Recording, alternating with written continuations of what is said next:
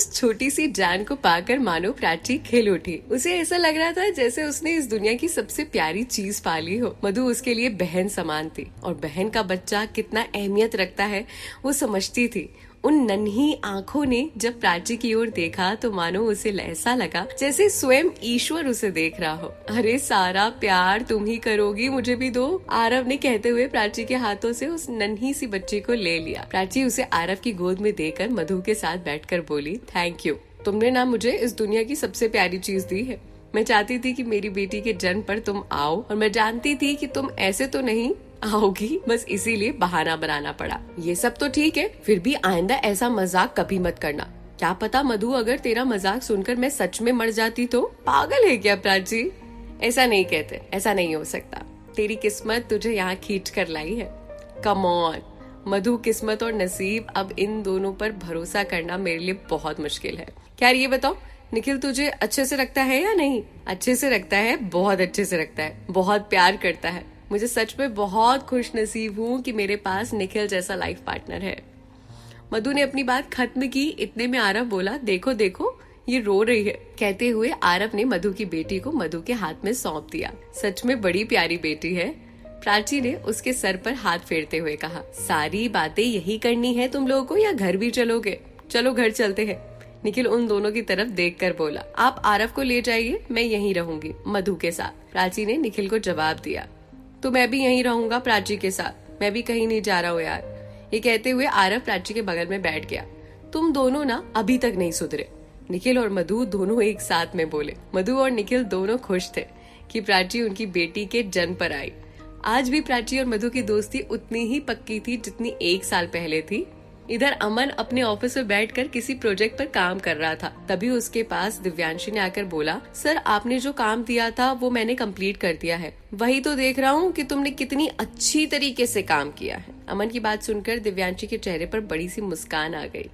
उसे लगा सचमुच उसने बहुत अच्छा काम किया है। इतने में अमन अपनी टेबल पर हाथ पटकते हुए बोला, what the hell is this? मैं कभी उम्मीद नहीं कर सकता था कि तुम इतनी गैर जिम्मेदार हो सकती हो। इन सारे प्रोजेक्ट की डिटेल्स कौन बनाएगा? मैं? Just get out from my cabin, Aman ने दिव्यांशी पर चिल्लाते हुए कहा। दिव्यांशी मुंह बनाकर वहाँ से चली गई। दिव्यांशी के जाते ही अमन ने अपने पास रखे टेलीफोन से किसी को फोन किया और हल्की सी दबाई आवाज में बोला, तुरंत मिस रिचा को मेरे केबिन में भेज दो। अमन के फोन रखते ही थोड़ी देर बाद मिस रिचा अपने हाथ में कुछ फाइल्स लेकर आई। मे आई कम इन सर? मिस रिचा ने गेट पर नॉक करते हुए कहा। यस कम इन, अमन ने जवाब दिया। जी सर, आपने मुझे बुलाया? मिस रिचा, मुझे इस प्रोजेक्ट के लिए डिजाइन चाहिए। शाम को न्यू क्लाइंट के साथ मीटिंग है और ना तो अब तक डिजाइन सिलेक्ट हुई है और ना ही डिटेल तैयार हुई है। ऐसे में अगर ये 6000 करोड़ का प्रोजेक्ट हमारे हाथ से चला जाता है तो कंपनी को बहुत बड़ा नुकसान हो जाएगा। प्राची के जाने के बाद कंपनी में सब उथल पुथल सा हो गया था। कई नए वर्कर्स ने कंपनी ज्वाइन कर ली थी तो कई पुराने वर्कर्स ने कंपनी छोड़कर चली गए थे और कुछ अच्छे जिम्मेदार लोगों ने कंपनी केवल इस वजह से छोड़ दी थी क्योंकि प्राची कंपनी छोड़कर चली गई थी। प्राची के जाने के बाद अमन के नेचर में काफी चिड़चिड़ाहट पैदा हो गई थी। वो कभी किसी पर चिल्ला देता था तो कभी किसी और पर, और अमन का ये नेचर देखकर बहुत सारे वर्कर्स कंपनी छोड़ के चले गए थे। मैं कोशिश करती हूँ कि जल्द से जल्द सारी डिजाइन तैयार हो जाए। जी, जल्द से जल्द कर दीजिए ताकि मैं डिटेल्स तैयार कर सकूं। वैसे मेरे पास कुछ पुरानी डिजाइन्स हैं। जब प्राची यहाँ काम करती थी तो उसने मुझे एक प्रोजेक्ट को लेकर कुछ डिजाइन्स क्लियर और सिलेक्ट की थी। अगर उनमें से कोई डिजाइन आपको पसंद आ जाए तो आप चेक कर लीजिए। ये कहते हुए मिस रिचा ने अपने हाथ में ली हुई फाइल को अमन के हाथ में दे दिया। लाइए मैं चेक करता हूँ। अमन ने सारी फाइल खोल कर चेक की तो उनमें से कुछ डिजाइन अमन को बहुत पसंद आ गई। आप ये सारी डिजाइन रेडी करवाइए और शाम की मीटिंग तक डिटेल्स भी तैयार करवा लीजिए, अमन ने मिस रिचा से कहा। प्राची के यहाँ ना होने के बावजूद भी प्राची के कई आइडियाज कंपनी में अभी भी फॉलो किए जा रहे थे। ऐसी कई चीजें जो पहले होती थी और उन्हें अब भी कंपनी में रिपीट किया जा रहा था। कंपनी ने आज तो प्राची की वजह से अमन के हाथों में इतना बड़ा प्रोजेक्ट जाने से बच गया।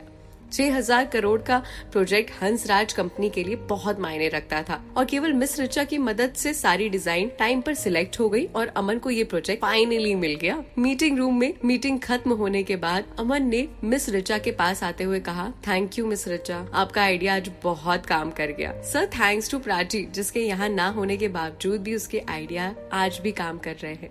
हालांकि ये कहते कहते मिस ऋचा की जुबान लड़खड़ा जरूर गई थी कि कहीं अमन प्राची का नाम सुनकर उस पर चिल्ला न दे। फिर भी सही का साथ हमेशा देती थी और इसीलिए उसने फिर एक बार सच ही बोला था। हाँ वो तो है, अमन ने बस इतना कहा और वहाँ से चला गया। अमन ने भले ही मिस ऋचा की बात का कोई जवाब नहीं दिया था, पर वो भी जानता था कि मिस ऋचा ने जो कहा है वो बिल्कुल सच है।